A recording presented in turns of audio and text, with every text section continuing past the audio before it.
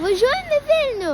Ne, važiuojame į Biržus. Biržus? Biržų turizmo centras pakvietė mus atrasti miestą, kurio beveik pati nepažinojau, nors esu iš Šiaurės Lietuvos. Ar žinojote, kad Sodeliškių dvare yra tokia programa, kur galite pabandyti išsikepti duoną kaip senovės lietuviai? Senosios technikos muziejus. Kai kurie eksponatai buvo netgi iš mano mamos vaikystės. Papietavome Sodeliškių dvare, užsukome į Kirkulų apžvalgos bokštą ir pasigrožėjome vaizdais iš viršaus. Toliau Biržų pilis. Mūsų pasitiko nuostabi gidė, kuri papasakojo ne tik apie pilies mūšius, bet ir apie garsiuosius Radvilas. Aliza bandė verpti siūlą, lyginti rankšluostį ir eiti į mokyklą kaip senais laikais. Po to buvo Alizai laikas - nauja žaidimų aikštelė Biržų centre. Vakarienį užsukome į vietą, kuri tinka visai šeimai. Mėgavomės įvairiais vafliais ir blynais. Poilsiui pasirinkome vienkiemio oazę. Senovinis jaukumas ir modernus patogumai kartu. O prieš pat mūsų langą ganėsi Danieliai. Kitą dieną pradėjome nuo levandų ūkio. Ar kada bandėte levandinių ledų ar levandinio limonado? Lauke pūtė žvarbus vėjas ir aš pirmą kartą pamačiau vapsvavorį. Naujai atsidaręs Gvidušė suši restoranas, skanus maistas, nemažos porcijos už prieinamą kainą.